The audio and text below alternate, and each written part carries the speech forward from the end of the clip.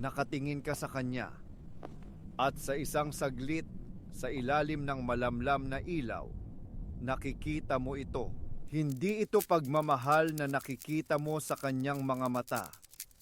Ito ay isang bagay na mas malamig, mas tumpak. Ito ay pagkalkula. Iniisip mo, nagbibigay ka. Nag-aalay ka ng iyong oras, iyong puso, iyong kaluluwa. Inilalagay mo ang lahat sa lamesa. Naniniwalang ang pag-ibig ay isang patas na palitan. Pero heto, ang madilim na katotohanan na bumubulong sa likod ng kanyang mga ngiti. Para sa kanya, hindi ka pag-ibig. Isa kang upgrade. Isang mas mahusay na bersyon. Isang mas mataas na antas. Isang hakbang palapit sa kung anuman ang kanyang hinahanap. Ito ang prinsipyo ng hypergamy. Binihisan ng tula at mga pangako. Ngunit sa kaibuturan, ito ay malamig na matematika.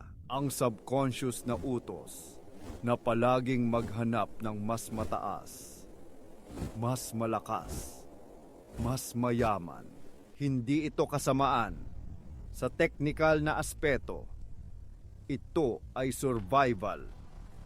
Isang sinaunang programa na tumatakbo sa kanyang isipan, pero sa modernong mundo, kung saan ang mga panganib ay hindi na mga tigre sa dilim, kundi mga numero sa bangko at social status, ang programang ito ay nagiging isang sandata. At ikaw, ang mabuting lalaki, ang matatag na pundasyon, ikaw ang huling version na kailangan niyang i-uninstall.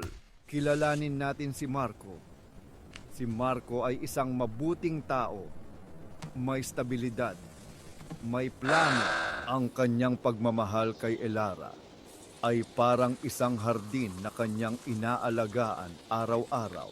Pero para kay Elara, ang hardin ni Marco ay isang ligtas na kulungan. Maganda, pero may hangganan. Isang araw, dumating si Dante. Si Dante ay isang bagyo, isang sugal, walang stabilidad, pero may pangako ng mas mataas na lipad. Mas matinding damdamin. Hindi pinili ni Elara si Dante dahil sa pag-ibig. Pinili niya ito dahil sa matematika. Si Marco ay +5 sa stability, pero -3 sa excitement. Si Dante ay -10 sa stability, pero +20 sa potential.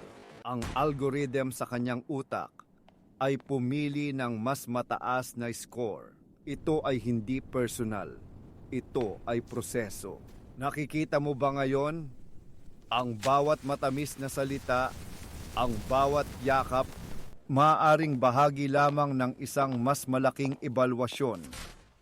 Isang pagsusulit na hindi mo alam na kinukuha mo. Hindi ka minahal para sa kung sino ka. Minahal ka para sa kung ano ang iyong kayang ibigay.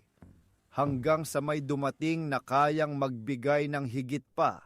Ikaw ang beta version at ang final release ay kadarating lang. Ang sakit nito ay parang lason. Dahil sinisira nito ang pundasyon ng iyong halaga. Nagsisimula kang magtanong, saan ako nagkulang? Hindi ba sapat ang lahat ng ibinigay ko? Heto ang pagbabago ng pananaw. Heto ang paglaya.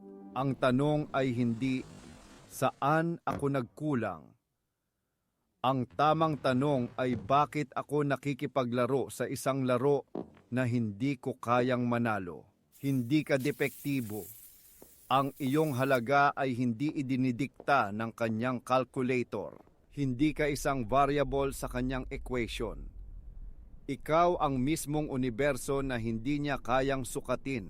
Ang paglaya ay nagsisimula sa pagtanggap na ang ilang tao ay tumitingin sa iyo at nakikita ang isang hantungan, habang ang iba ay nakikita lamang ang isang tulay. Huwag mong sisihin ang sarili mo dahil naging tulay ka. Ipagdiwang mo na ngayon. Alam mo na ang iyong halaga ay ang maging destinasyon. Itigil mo ang pagsubok na maging sapat para sa Kanya. Dahil sa Kanyang matematika, palaging may mas mataas na numero.